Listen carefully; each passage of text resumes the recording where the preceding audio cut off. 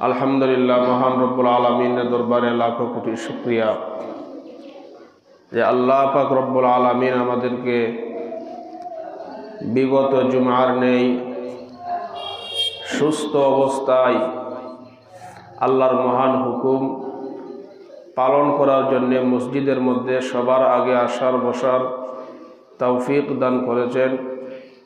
সেজন্য আমরা দিল থেকে কালিমাতুশ শুকুর আদায় করে বলি আলহামদুলিল্লাহ।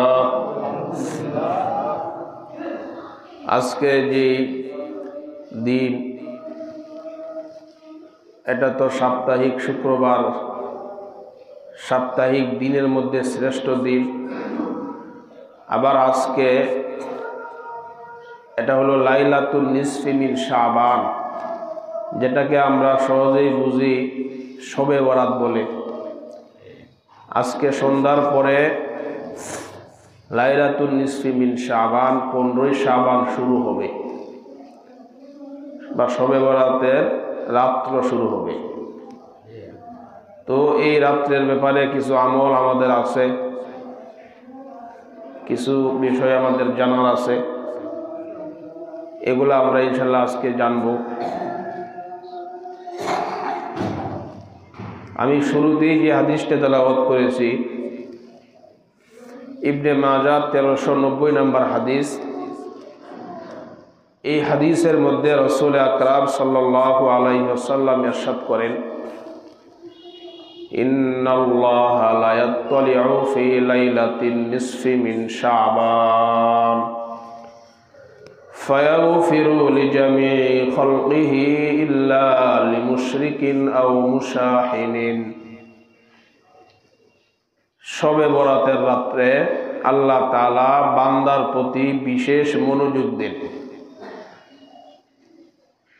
এই রাত্রে আল্লাহ তাআলা বান্দার প্রতি বিশেষ মনোযোগ দেন। ফায়াগফিরু লিজামিই খালকি, সকলকে আল্লাহ তাআলা মাফ করে দেন। সুবহানাল্লাহ। দুই ব্যক্তি ছাড়া। ইল্লা লিমুশরিকিন আও মুশাহিনিন, এক নাম্বার যে আল্লাহর সাথে শিরিক করে তাকে আল্লাহ মাফ করবেন না। দুই নাম্বার যে বিদ্বেষ পোষণ করে, বিদ্বেষ অন্তরে বিদ্বেষ নিয়া এই রাত্রে আল্লাহর কাছে মাফ চাইলে আল্লাহ মাফ করবেন না। তাহলে আমরা সবাই আজকে রাত্রে মাফ চাই, যাতে আমরা সবাই আজকে রাত্রে ক্ষমা পাইতে পারি। এটা আমাদের সকলের মনের আশা আকাঙ্ক্ষা। তো নবীজি জানায় দিলেন, এই রাত্রে সকলেই ক্ষমা পাবে। শিরিককারী মুশরিক, যে আল্লাহর সাথে যে শিরিক করে, সে ক্ষমা পাবে না। আর যে বিদ্বেষ পোষণ করে, হিংসা বিদ্বেষ, কারো উন্নতি দেখতে পারে না, ভাইকে দেখতে পারে না, এই যে একটা হিংসা হিংসি বিদ্বেষ মনোভাব, এটা আজকে আমার বয়ান শোনা থেকেই দুনিয়ার সবার ব্যাপারে আপনার মনটাকে আপনি পরিষ্কার রাখবেন। কারোর প্রতি বিদ্বেষ রাখবেন না। বিদ্বেষ অন্তরে বিদ্বেষে পূর্ণ করিয়া এই রাত্রে আল্লাহর কাছে যে চাইবেন, নবীজি তো জানাইয়ে দিলেন তোমাকে আল্লাহ মাফ করবে না। এই যে হাদিসটা বললাম, এই হাদিসটা আজকের আমার পুরো আলোচনার মধ্যে মনে রাখবেন। এই হাদিস প্রথমে বললাম, এই হাদিসের আলোকে আমরা এখন সামনে আলোচনা করব। বাকি এই হাদিসটাকে আমরা সামনে রাখব।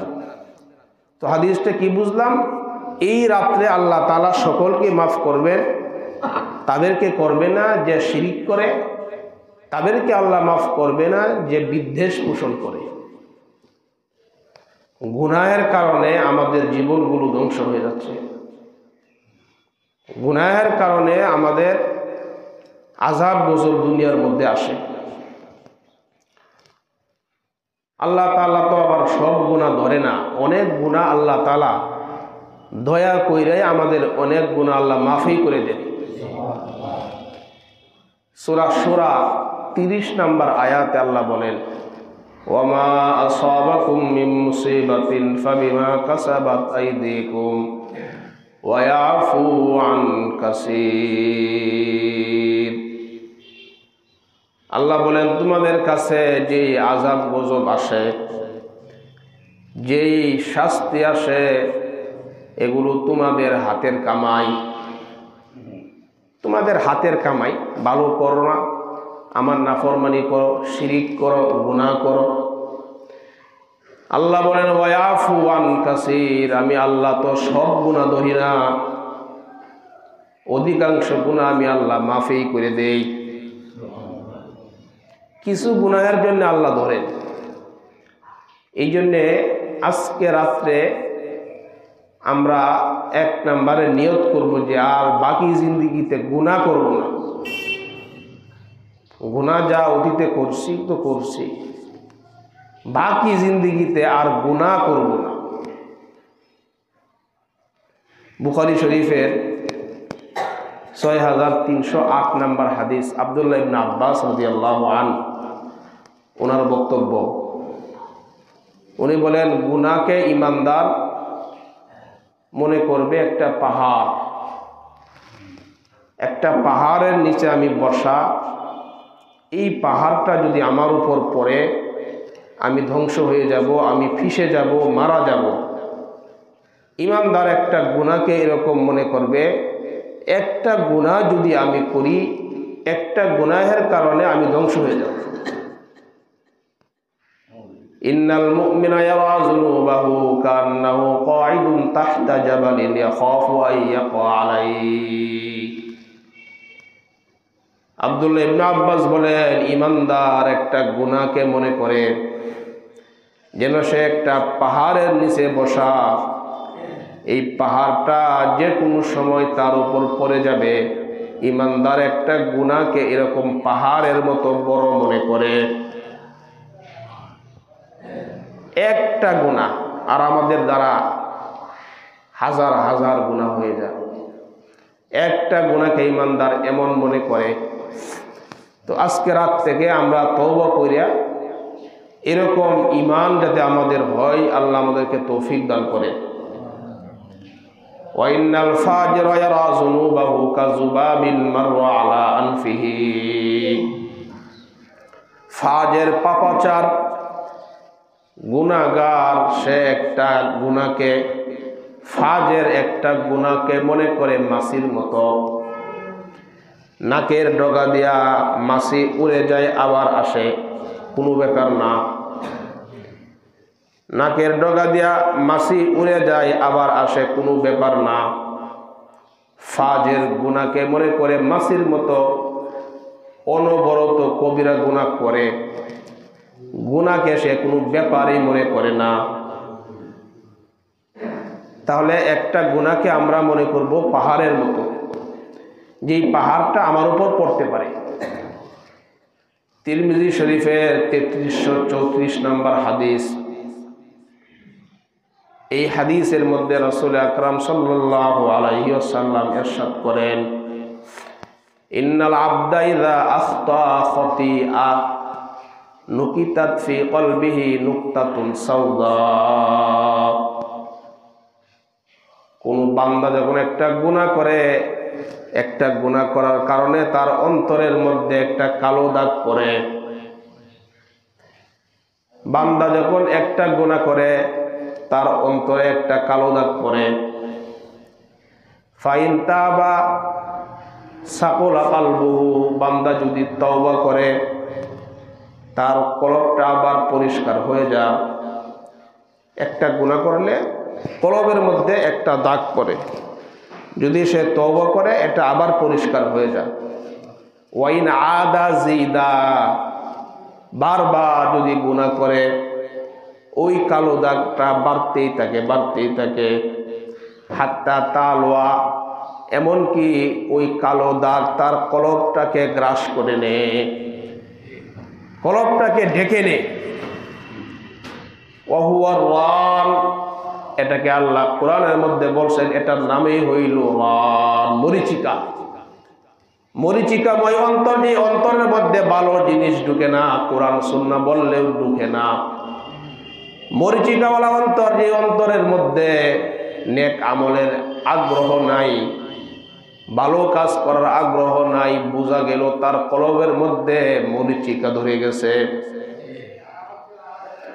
একটা গুনাহ করলে একটা দাগ, বারবার গুনাহ করলে দাগ পড়তে পড়তে পড়তে কলবটাকে কালো হয়ে যায়। এই কলবের মধ্যে পরে আর ভালো কোনো জিনিস ভাল লাগে না। আল্লাহ বলেন কাল্লা বাল রানা আলা কুলুবিহিম মা কানু ইয়াকসিবুন, বরং তাদের কৃতকর্মের কারণে তাদের কলবের মধ্যে মোহর মেরে দেওয়া হয়েছে। তো এই জন্য আজকে আমাদের অনেক গুনাহ, অনেক অন্যায় হয়ে গেছে। সমস্ত গুনাহ থেকে আমরা আজকে রাত্রে বিশেষভাবে আল্লাহর কাছে মাপ চাইব, কান্নাকাটি করব। গুনাহকে ছোট বড় না করা। অনেক সময় আমরা গুনাহকে খামখেয়ালি করে অনেক গুনাহ করে ফেলি। গুনাহকে ছোট মনে না করা। হাদিসের একটা কিতাবের নাম মুসনাদে আহমদ। এই কিতাবের 22,808 নম্বর হাদিস।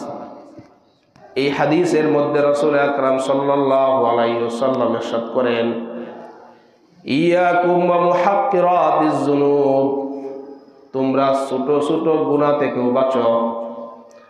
ফাইন্নামা মাসালু মুহাক্কিরাতিজ যুনুব কামাসালি কওমিন নাযালু বাতনা ওয়াদিন ফাজাআ যাবিউদিন ওয়া জাআ যাবিউদিন। নবীজি বলেন তোমরা ছোট ছোট গুনাহ থেকে বাঁচবা, কারণ ছোট ছোট গুনাহ এর দৃষ্টান্ত হলো একটার সম্প্রদায় এক সফরে বের হয়। আমাদের মধ্যে 20 জন একটা সফরে বের হইলাম।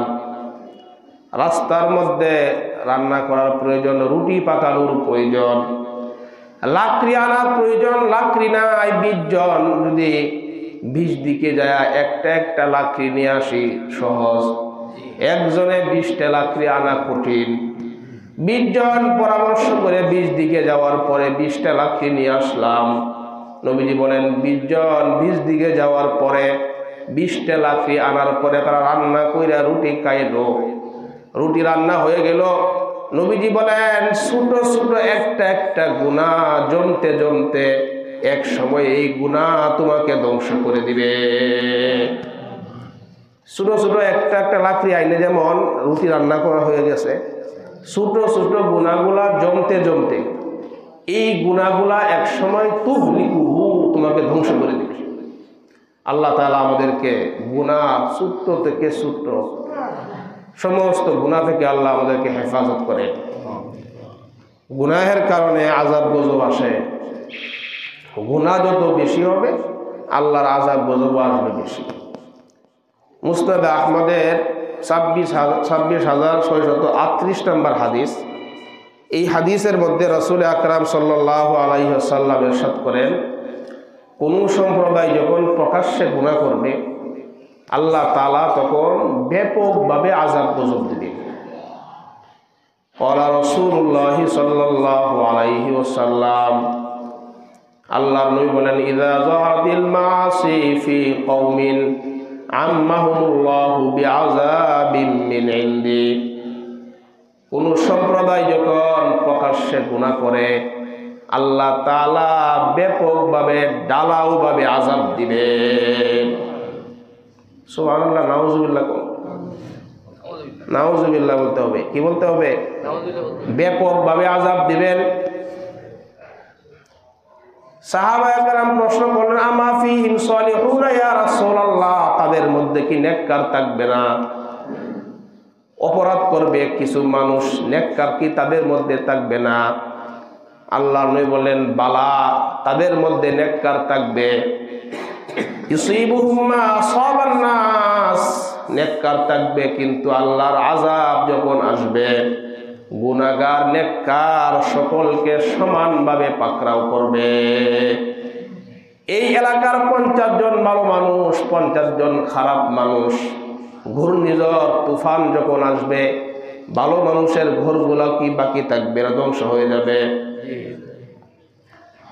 এই জন্যে প্রকাশ্যে গুনাহ হইলে আল্লাহর সিস্টেম, আল্লাহর নিয়ম এটা, প্রকাশ্যে গুনাহ করবা, আমি আল্লাহ তোমাদের ভালো আর খারাপ সবগুলাকে আমি দুনিয়ার মধ্যে শাস্তি দিব। এই জন্যে প্রকাশ্যে গুনাহ যাতে বন্ধ হয়, এটা রাষ্ট্রের দায়িত্ব। প্রকাশ্যে গুনাহ হবে এটা বন্ধ করা ইমানি দায়িত্ব, সমাজের দায়িত্ব, রাষ্ট্রের দায়িত্ব। রাষ্ট্রীয়ভাবে আইন করা হোক, গ্রামে গ্রামে আইন করা হোক, প্রকাশ্যে গুনাহ করতে দেওয়া হবে না। তুমি প্রকাশ্যে গুনাহ করবা, তোমার কারণে আমরাও আযাবে পড়ব। কাজেই প্রকাশ্যে গুনাহ যাতে না হয়, প্রথমে বুঝাইবেন, না বুঝাইলে যেভাবেই হোক এই প্রকাশ্যে গুনাহ বন্ধ করতেই হবে। তবে দুনিয়ার মধ্যে ইমানদাররা ধ্বংস হবে, তবে ইমানদার তাদের ইমান থাকার কারণে সুম্মা ইয়াসিরুনা ইলা মাগফিরাতিম মিনাল্লাহি ওয়া রিদওয়ান, কিয়ামতের ময়দানে ইমানদার তাদের ইমানের কারণে, তাদের ইমান থাকার কারণে তারা জান্নাতের মেহমান হয়ে যাবে। কিয়ামতের ময়দানে ইমানদাররা জান্নাতে যাবে। কিন্তু দুনিয়ার মধ্যে করোনা ভাইরাস নামক যখন ভাইরাসটা আসছে, ওখানে কি ভালো খারাপ বাছাই করে আসছিল? কোনো দল দেখে দেখে আসছিল না, সবার উপরে আসছিল, সবার কাছে আসে। এই জন্যে আযাব গজব আসবে। প্রকাশ্য গুনাহ কেউ যাতে না করে। আফসোসের বিষয়, দুঃখের বিষয়, যখন প্রকাশ্যে গুনাহ হয়, একদল ইমানদার নিষেধ করার পরেও আরেক দল মানুষ এগুলাকে করে। প্রকাশ্যে গুনাহ বন্ধ করার জন্য একদল ইমানদার যখন কথা বলে, আরেক দল নামদারি ইমানদার মুসলমানের ঘরে হইছে মুসলমান, কিন্তু সে এটাকে সাপোর্ট দিয়া প্রকাশ্যে গুনাহকে চালায় দেয়। এমন সমাজ আমাদের মধ্যে আছে কি নাই? এমন ঘটনা আমাদের সমাজে আছে কি নাই? প্রকাশ্যে গুনাহ বন্ধ করার জন্য উলামায়ে কেরাম যখন কথা বলে, অন্যদিকে উলামায়ে কেরামের কথা ভ্রুক্ষেপ না কইরা গায়ের জোরে, ক্ষমতার জোরে প্রকাশ্যে গুনাহ, গান বাজনা, উরস মাহফিল চালু করে, এমন ঘটনা একটা না শত শত বর্তমানেই ঘটতেছে। অপেক্ষা করেন আল্লাহর গজবের। কিসের? তো এখন আমরা কি করবো? আমরা শুধু সুবহানাল্লাহ সুবহানাল্লাহ জপলে হবে? আরে সুবহানাল্লাহ সুবহানাল্লাহ জপলেও মরণ লাগবো, আর গজব আসবে। প্রতিবাদ করলেও মরতে হবে। সুতরাং সুবহানাল্লাহ না জপিয়া প্রতিবাদ করেন। কি করেন? প্রতিবাদ করেন, প্রতিবাদ করেন। তুমি যদি প্রকাশ্যে গুনাহ করো, তোমার কারণে আমি গজবের মধ্যে পড়ব। তুমি বাতিলের পক্ষ নিবা, আমি হকের পক্ষে কথা বলবো না। এমন ইমানদার, এমন আমি মুসলমানি ইমানদার নিয়া আমার বেঁচে থাকার চাইতে মরে যাওয়াই ভালো। আমি হকের পক্ষে কথা বলতে পারবো না, এমন ইমান আমার থাকার চাইতে না থাকাই ভালো। আমি বেঁচে থাকার চাইতে মরে যাওয়াই ভালো। কাজেই কথা একটাই, প্রকাশ্যে গুনাহ হইলে প্রতিবাদ করতে হবে। চুপ করে থাকার কোনো সুযোগ নেই, অপশন নাই। অনেকেই মনে করেন যে আমরা নবীজির সুন্নত, নবীজি নামাজ পড়েন, সুবহানাল্লাহ সুবহানাল্লাহ পড়েন, সবই ঠিক আছে। নবীজির যে আরো সুন্নত আছে এগুলো দেখেন না। আল্লাহর নবীর 9টা তলোয়ার ছিল, 9টা তলোয়ার, 9টা তলোয়ার ছিল। আল্লাহর নবীর 2টা যুদ্ধের পোশাক ছিল। নবীজি 27টা যুদ্ধের মধ্যে অংশগ্রহণ করছে। আপনি কয়টা যুদ্ধের মধ্যে গেছেন? নবীজি যদি শুধু নামাজ আর রোজা পড়লে হয়তো, যুদ্ধ কেন করলেন? উম্মতের জন্য বুঝায় গেলেন হকের পক্ষে কথা বলবা, প্রয়োজনে যুদ্ধ করতে হইলে যুদ্ধ করতে হবে। ইমানের সামনে দুনিয়ার কোনো কিছুকে প্রাধান্য দেওয়া যাবে না। ইমান আমার সবার আগে। ইমানের প্রশ্নে কারো সাথে আপোষ করার কোনো সুযোগ নাই। তাহলে প্রকাশ্যে গুনাহ হইলে প্রতিবাদ আমরা সবাই করবো, ইনশাআল্লাহ। ভয় পাওয়ার কারণ নাই। আচ্ছা শোনেন, যদি ভয় পান আপনারা, মনে করেন প্রতিবাদ করবেন না, প্রকাশ্যে গুনাহ হবে, গান বাজনা হবে, প্রতিবাদ করবেন না কেন? যে প্রতিবাদ করলে আমাকে জেলে নিয়ে পড়বে। আচ্ছা প্রতিবাদ করবেন না, না করলে কে কে আছেন যে 200 বছর বাঁচবেন? চুপ করে থাকবেন, 200 বছর বাঁচবেন এমন কেউ আছে? বা মরবেন না এমন কেউ আছে? প্রতিবাদ করবেন না, মরবেন না এমন কেউ আছে? না মরতে হবে? যে মরতে হবে এই জিনিসটা আমরা কেন বুঝি না? আরে আমি অসুস্থ হইলে মরবো, চুপ থাকলে মরবো। যদি আমার মৃত্যু যদি জিহাদের ময়দানে হয়, জিহাদের ময়দানে হবে। খালিদ ইবনে ওয়ালিদ রাদিয়াল্লাহু তাআলা আনহু উনি উনি ইসলামের একজন সৈনিক ছিলেন।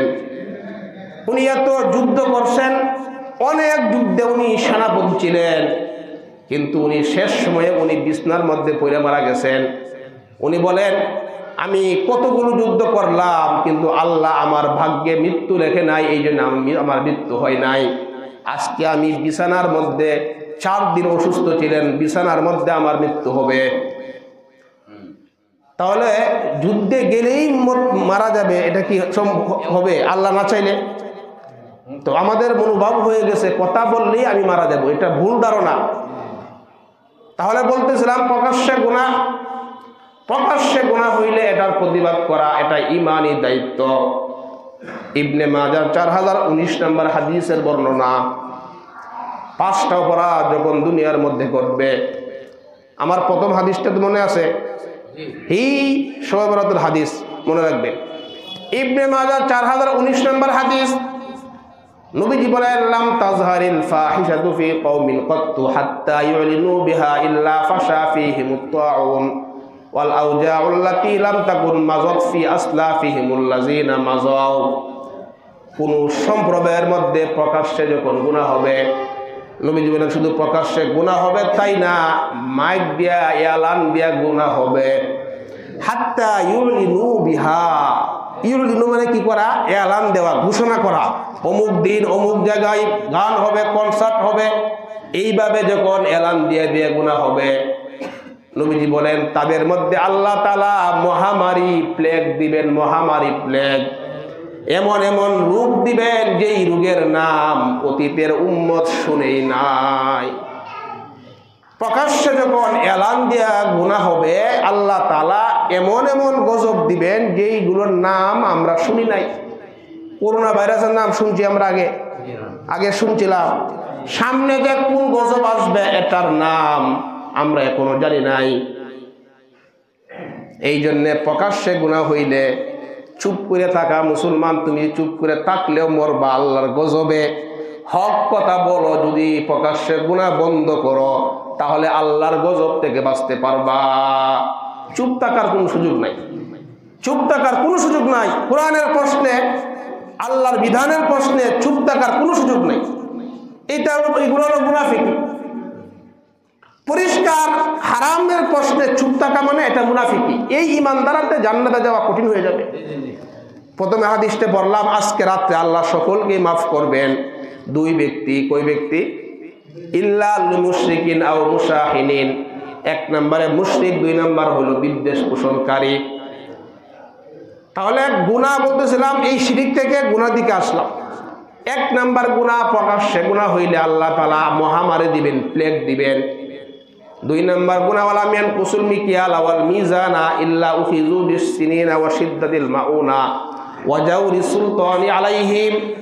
2 নম্বর, মানুষ যখন প্রকাশ্যে যখন ওজনে পরিমাপে কম দিবে, যেই দেশের মানুষগুলা ওজনে পরিমাপে কম দিবে তাদেরকে আল্লাহ তাআলা 3টে আযাব দিবেন।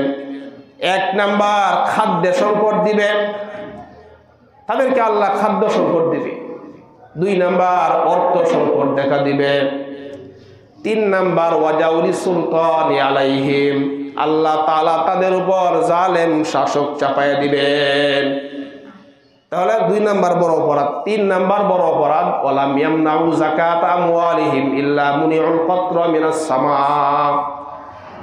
মানুষ যখন যাকাত দিবে না, যাকাত যখন বন্ধ করবে, অর্থবিত্ত সম্পদওয়ালা মানুষ যখন যাকাত দিবে না, আল্লাহ তাআলা তাদের উপর রহমতের দৃষ্টি বন্ধ করে দিবেন। যখন যাকাত দিবে না তখন কি হবে? রহমতের দৃষ্টি বন্ধ করে দিবে। আমাদের দেশের মধ্যে অর্থবিত্ত যাকাত ফরজ এমন কোনো মানুষ আছে কি নাই যারা যাকাত দেয় না? আছে না নাই? যাকাত দেওয়া ফরজ, যাকাত দেয় না এমন মানুষ আমাদের সমাজের মধ্যে আছে না নাই? যদি তাকে নবীজি বলেন যাকাত দেওয়া ফরজ, যাকাত যদি না দাও আল্লাহ রহমতের দৃষ্টি বন্ধ করে দিবেন। রহমতের বৃষ্টি হইল ওই বৃষ্টি যেই বৃষ্টির দ্বারা তরি তরকারি ফসল ভালো হয়। আজকে থেকে 10 বছর আগেও যে পরিমাণ তরকারি, যেই পরিমাণ শাকসবজি আমাদের মা বোনরা বাড়ির আশপাশে তৈরি করত, বানাইতে পারত, উৎপাদন করতে পারত, এখন এই পরিমাণ হয়নি। আল্লাহ তাআলা রহমতের বৃষ্টি বন্ধ করে দিবেন। তবে বৃষ্টি যে হয়, নবীজি বলেন লাউলাল বাহাইমু লাম ইয়াক্তরু, যদি চতুষ্পদ প্রাণীগুলো না থাকতো আল্লাহ তাআলা বৃষ্টি বন্ধ করে দিতেন। মানুষ যাকাত না দিলে রহমতের বৃষ্টি বন্ধ করে দিবে, কিন্তু বৃষ্টি যে আল্লাহ দেয় এটা আমাদের খাতিরে দেয় না। প্রাণীগুলো, হাঁসগুলো পানির মধ্যে সাঁতার কাটে, চতুষ্পদ প্রাণীগুলো পানি পান করে, আরো বিভিন্ন পানির প্রয়োজন হয়, এই জন্য আল্লাহ বৃষ্টি দেন। আমরা কত বড় নিমুখ হারাম, আমাদের উসিলায় তাদের রিজিক হওয়ার কথা, আজকে তাদের উসিলায় আমাদের রিজিকের ব্যবস্থা হয়। 3 নম্বর অপরাধ, যাকাত দেওয়া বন্ধ, রহমতের বৃষ্টি বন্ধ। এই জন্য ভাই অনুরোধ করি, যাদের উপর যাকাত ফরজ আমরা যাকাত দিব।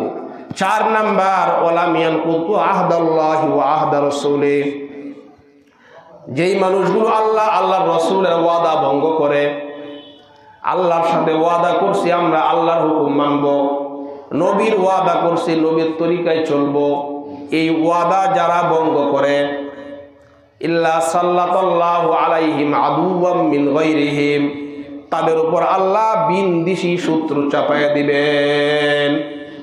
মনে করতেছি নামাজ পড়ব না, নবীর তরিকায় চলবো না, আর কামাই করব, সুখ শান্তি করব, আরাম আয়েশ করব, হবে না। অচিরে আল্লাহ তাআলা বিনদিশি শত্রু চাপায়া দিবেন, বিনদিশি দুশমন চাপায়া দিবেন। ফাখাযু বাদু মা ফি আইদিহিম, এরা তোমাদের সম্পদগুলা ছিনাইয়া নিয়ে যাবে। অলরেডি আমাদের কত দেশের সম্পদ বাহিরে চলে গেছে, আমরা অনেকেই জানি, দেশের সম্পদ বাহিরে চলে গেছে। যদি আমরা আল্লাহর রাসূলকে ছেড়ে দেই, রাসূলের ওয়াদা ভঙ্গ করি, আল্লাহর ওয়াদা ভঙ্গ করি, আল্লাহ তাআলা এই আযাবটা আমাদেরকে দিবেন।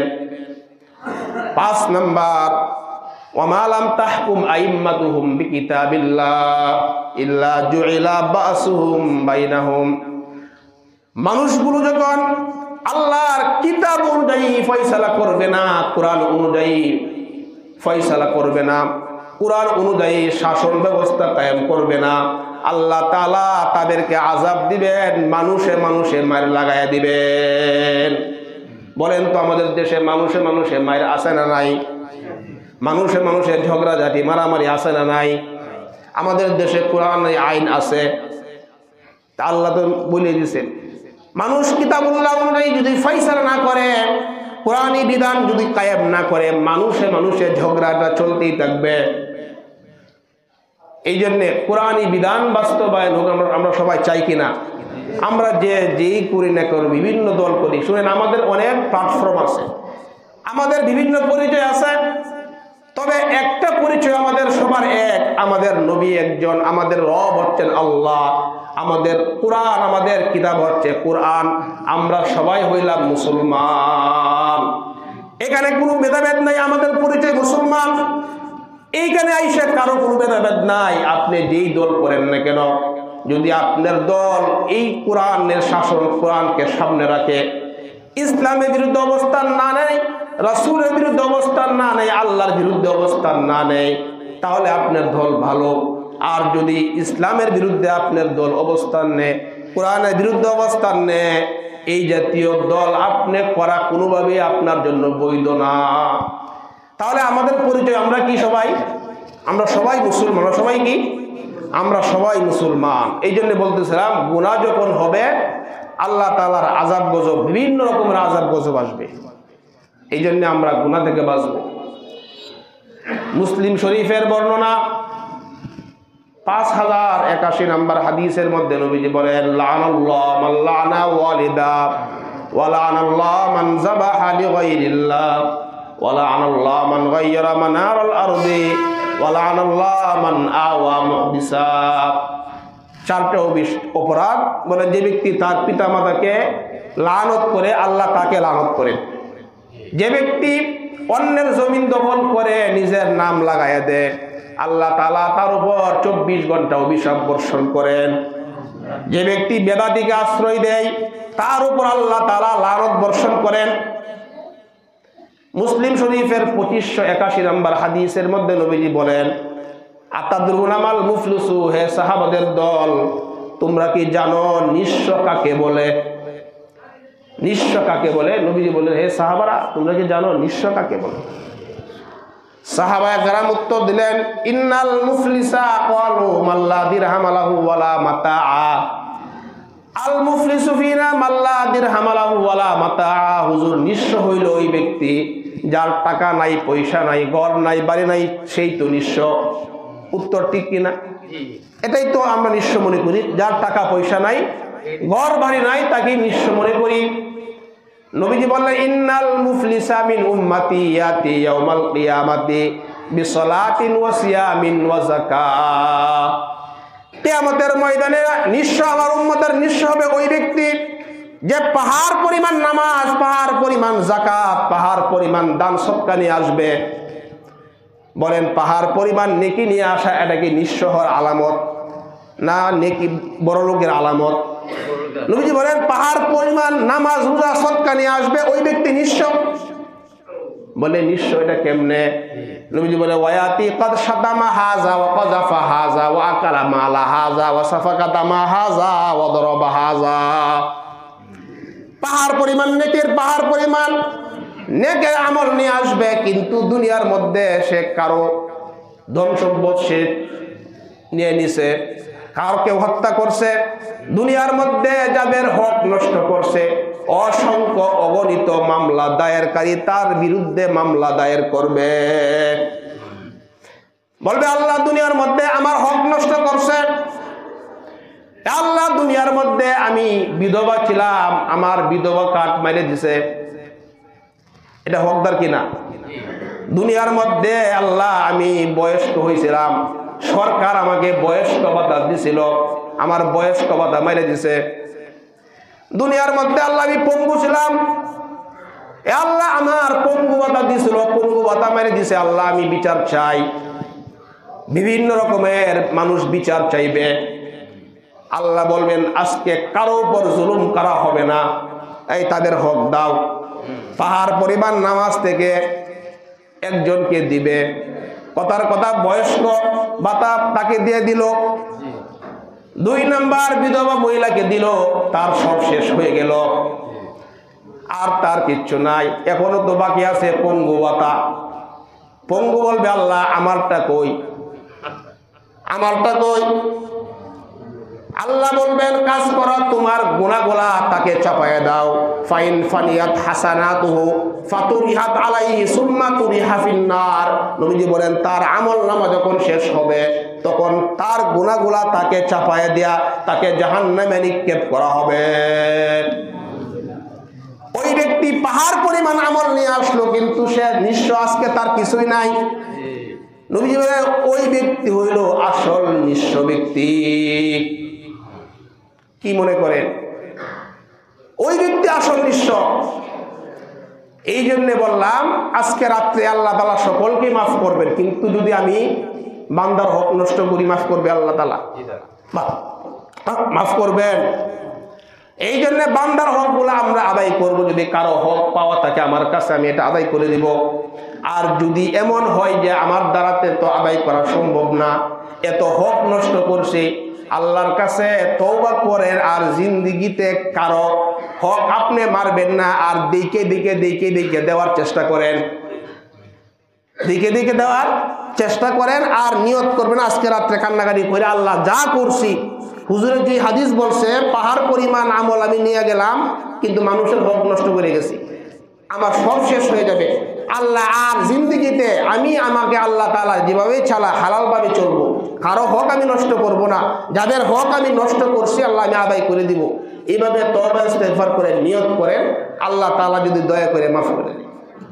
তাহলে যে আমি হাদিসটা বললাম, ইন্নাল্লাহা লা ইয়াত্তালিউ ফি লাইলাতিন নিসফি মিন শাবান, লাইলাতুন নিসফি মিন শাবান, শবে বরাতের রজনীতে আল্লাহ তাআলা বান্দার প্রতি বিশেষভাবে মনোযোগ দেন। ফায়াগফিরু লিজামিই খালকিহি ইল্লা লিমুশরিকিন আও মুশাহিনিন, সমস্ত মানুষকে আল্লাহ মাফ করবেন, 2 ব্যক্তিকে আল্লাহ মাফ করবেন না। কাকে কাকে? 1 নাম্বার, যে শিরক করবে আল্লাহ তাকে মাফ করবে না।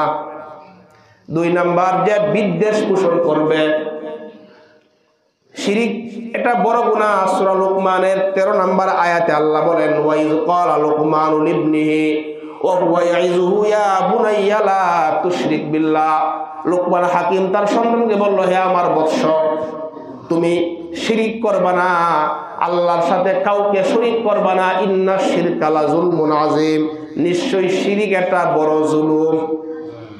সূরা মাইদার 72 নম্বর আয়াতে আল্লাহ আরো বড় ধমকি দিয়ে বলতেছেন, ইন্নাহু মাইয়ুশরিক বিল্লাহ, আল্লাহর সাথে যে শিরিক করে, ফাকাদ হারামাল্লাহু আলাইহিল জান্নাহ, আল্লাহ তাআলা তার উপর জান্নাতকে হারাম করে দিয়েছে। নাউজুবিল্লাহ। সূরা জুমারের 65 নম্বর আয়াতে আল্লাহ বলেন, ওয়ালাকাদ উহিয়া ইলাইকা ওয়া ইলাল্লাযিনা মিন ক্বাবলিক, নবী আপনার উপর ওহী প্রেরণ করা হয়েছে, আপনার পূর্বেও যেমন ওহী প্রেরণ করা হয়েছিল। লাইন আশরাকতা লা ইয়াহবাতান্না আমালুক, নবী যদি আপনি শিরিক করেন আপনার সব আমল বরবাদ। আল্লাহ তাআলা নবীর মাধ্যমে আমাদেরকে বলতেছেন, যদি আপনি শিরিক করেন আপনার সব আমল বরবাদ হয়ে যাবে।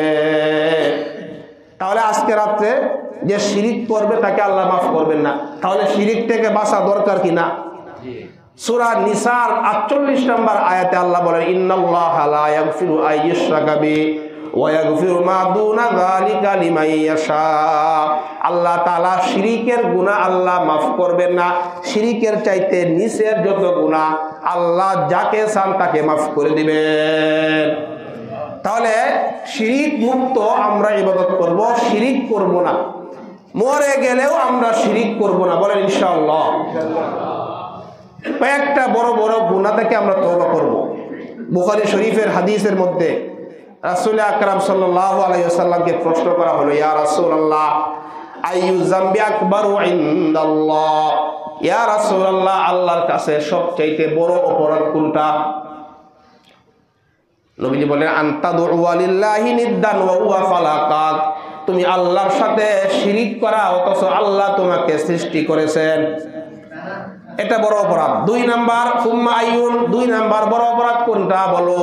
আনতা কতুলা ওয়ালাদাকা ইয়াতামামাক, তোমার সন্তান তোমার সাথে খাবে, সন্তানকে কি খাওয়াইবা এই আশঙ্কায় সন্তান হত্যা করা, এটা বড় অপরাধ। কারণ সন্তানের রিজিক কার হাতে? আল্লাহ বলেন, নাহনু নারযুকুকুম ওয়া ইয়াহুম, আমি তোমাদের রিজিক দেই, তোমাদের সন্তানদের রিজিক দেওয়ার জিম্মাদার আমি আল্লাহর কাছে, রিজিক আমি আল্লাহ দিব। তাহলে দারিদ্রতার ভয়ে সন্তান হত্যা করা এটা বড় অপরাধ। তিন নাম্বার সুম্মা আইয়ুন, ইয়া রাসূলুল্লাহ পরে বড় অপরাধ কোনটা?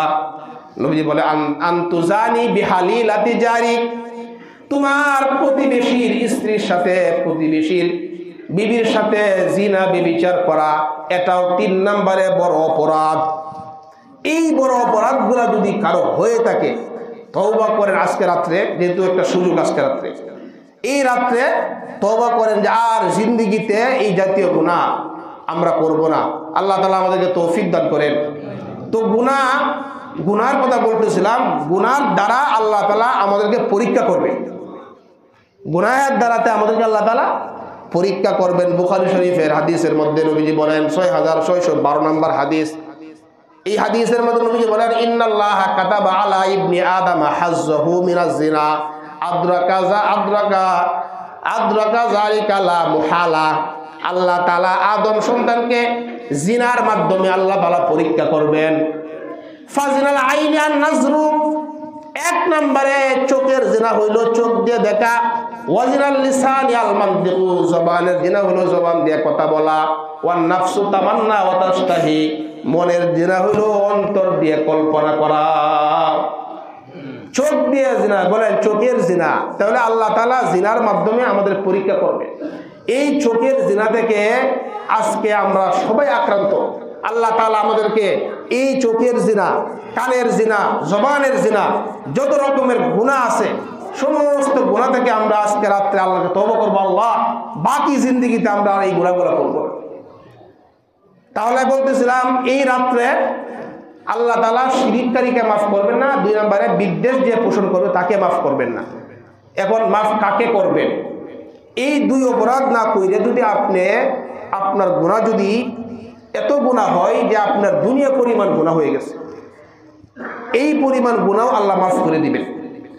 তিরমিজি শরীফের 3540 নম্বর হাদিসের মধ্যে এটাকে হাদিসে কুদসি বলা হয়। আল্লাহ তাআলা বান্দাকে ডাক দিয়ে বলতেছেন, ইবনা আদম, হে আদম সন্তান, ইন্নাকা মা দাউতানি ওয়া রাজাউতানি গফারতু লাকা আলা মা কানা ফিকা ওয়ালা উবালি। হে আদম সন্তান, তুমি আমাকে যে আশা এবং আকাঙ্ক্ষা নিয়ে আমাকে ডাকো, আমি তোমার আশা আকাঙ্ক্ষা একসাথে মিলাই, আমি তোমার আশা আকাঙ্ক্ষা অনুযায়ী আমি তোমাকে মাফ করে দেই। এই মাফ করতে যাই আমি আল্লাহ কারো পরোয়াই করি না। আবার আল্লাহ ডাক দিয়ে বলতেছেন, ইবনা আদম লাউ বালাগাত যুনুবুকা আনানাস সামা সুম্মা ইস্তাগফারতানি, যদি তোমার গুনাহ আকাশের চূড়ায় পৌঁছে যায়, এত গুনাহ করছো তোমার গুনাহ আকাশ পরিমাণ হয়ে যায়, যদি এরপরে আমার কাছে মাফ চাও, ক্ষমা চাও, গফারতু লাকা আলা মা কানা ফিকা ওয়ালা উবালি, আকাশের চূড়া পরিমাণ গুনাহ আমি আল্লাহ মাফ করতেও কারো পরোয়া করি না। আবার আল্লাহ ডাক দিয়ে বলতেছেন, ইবনা আদম ইন্নাকা লাউ আতাইতানি বিকুরাবিল আরদি খাতায়া সুম্মা লাকিতানি লা তুশরিকু বিহি শাইআ লা আতাইতুকা বিকুরাবিহা মাগফিরা, যদি তোমার গুনাহ এত পরিমাণ হয় যে জমিনের বালু পরিমাণ তোমার গুনাহ, জমিনের বালু পরিমাণ তোমার গুনাহ, এত পরিমাণ যদি তোমার গুনাহ হয়, এরপর যদি তুমি আমার সাথে এমন ভাবে সাক্ষাৎ করো, তুমি আমার সাথে কাউকে শরীক করো নাই, শিরিক করো নাই, কি করো নাই, শিরিক করো নাই, লা আতাইতুকা বিকুরাবিহা মাগফিরা, জমিনের বালু পরিমাণ ক্ষমা নিয়ে আমি আল্লাহ তোমাকে মাফ করে দিব।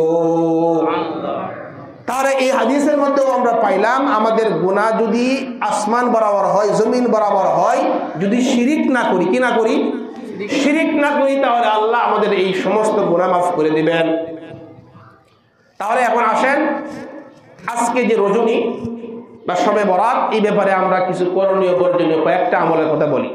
ক্বালা রাসূলুল্লাহ সাল্লাল্লাহু আলাইহি ওয়াসাল্লাম, ইযা কানাত লাইলাতুন নিসফি মিন শাবান ফাকুমু লাইলাহা ওয়া সুমু নাহারাহা, যখন লাইলাতুন নিসফি মিন শাবান মানে যখন শবে বরাত আসবে, তোমরা রাত্রে বেলায় ইবাদত করবা এবং দিনের বেলায় রোজা রাখবা।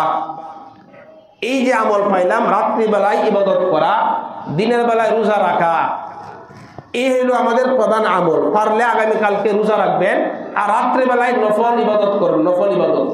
অন্যান্য দিন যেভাবে আমরা নফল নামাজ পড়তাম, আজকেও আমরা কেউ নফল নামাজ পড়বো, কোরআন তেলাওয়াত করবো, জিকির আজকার করবো, বিভিন্নভাবে এই রাতটা আমরা কাটাইতে পারি। মানে এই রাত্রে ইবাদত করতেই হবে এরকম জরুরি না, এটা মুস্তাহাব বা সুন্নত একটা আমল। এটা সুন্নত আমল, করলে অনেক লাভ, না করলে গুনাহ হবে এরকম না। আবার এখানে কিছু প্রশ্ন আছে, সংক্ষেপে বলি, যে হুজুর শবে বরাতের নামাজ, শবে বরাতের কোনো নামাজ নেই, নামাজ হলো নফল নামাজ। মানে এই রাতকে কেন্দ্র করে আলাদা কোনো ইবাদত বন্দিগি আছে এরকম কোনো কিছু আমরা মনে করব না। ইবাদত বন্দিগি আগে যা ছিল তাই আমরা করব। এইটা একটা বোনাস রাত, কি রাত, এটা একটা বোনাস। আজকে এশার নামাজ আমরা পড়বো, এশার নামাজ ফরজ। গতকালকে কি নফল আছে এশার নামাজ না? বিগত বছরে কি এশার নামাজ নফল আছে? তো আজকে রাত্রে এশার নামাজ ফরজ, যেমন ফরজ সারা জীবন কিয়ামত পর্যন্ত কি এই ফরজেই, শুধুমাত্র এটা বোনাস। কি বলি, এটা বোনাস। আজকে রাত্রে একটা বিশেষ ঘোষণা আছে, আল্লাহ তাআলা মাফ করবেন, এই ঘোষণা আজকে রাত্রে আছে। তাহলে এখন এক ব্যক্তির তার চাকরি নাই, চাকরি করলে 8 ঘন্টা ডিউটি করলে সেই 2 ঈদে বোনাস পাবে। এখন তার চাকরি নাই, যদি বলে আমাকে বোনাস দেয়, সে বোনাস পাবে, বোনাস পাবে। এই বিষয়টা মাথায় রাখবেন। আজকে রাত্রে আমরা ইবাদত করব এবং তওবা করব।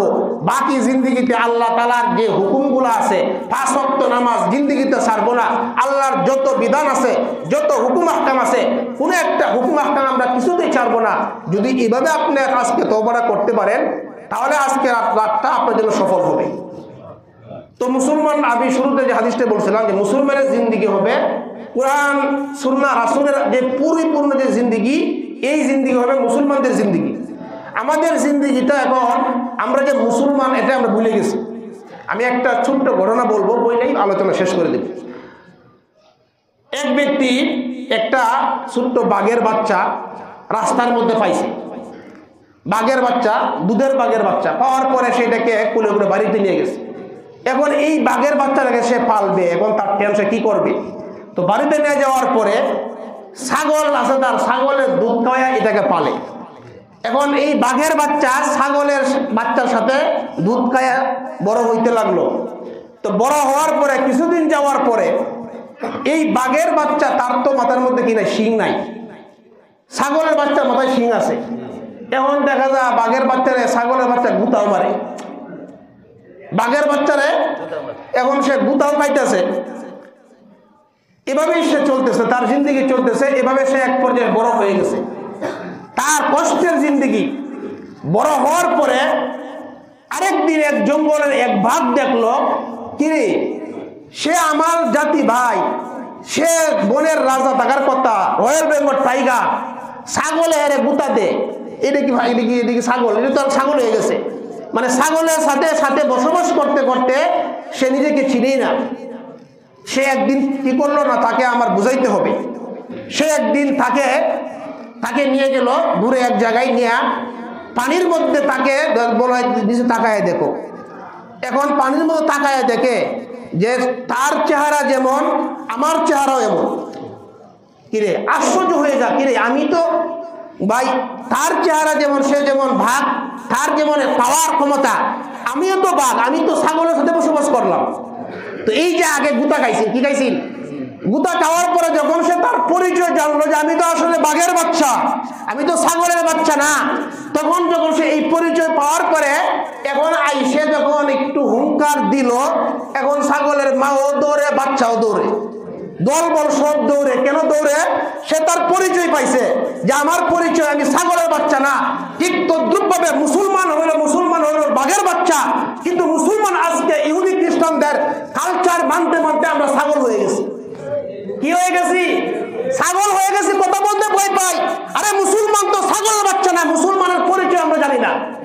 আর আমরা বাঘের বাচ্চা, আমাদের পরিচয় আমরা খালিদ বিন ওয়ালিদের উত্তরসূরি, আমাদের উত্তরসূরি আমরা কাদের আমরা আজকে চিনি না। আমরা ভয় পাই, হক কথা বলতে ভয় পাই। আরে আমার যদি খাইয়ে ফেলে, মারিয়ে ফেলে, ধরে ফেলা, আরে আমি বাঘের বাচ্চা, আমি হয়ে গেছি ছাগলের বাচ্চা। মনে রাখবেন, আমরা বাঘের জাতি, সিংহের জাতি। যদি এই ছাগলের মতো জিন্দেগি যাপন করেন, লাঞ্ছনা আমাদের থেকে ছাড়বে না। আল্লাহ পাক রব্বুল আলামিন আমাদের সকলকে আজকে রাত্রে আমরা যে মুসলমান জাতি, আমরা যে বীরের জাতি, আমরা বাকি জিন্দেগিতে বীরের জাতি হিসেবে ইনশাআল্লাহ বসবাস করব। আল্লাহ তাআলা আমাদেরকে তৌফিক দান করেন। আমিন। ওয়া আখিরি দাওয়ানা আলহামদুলিল্লাহি রাব্বিল আলামিন।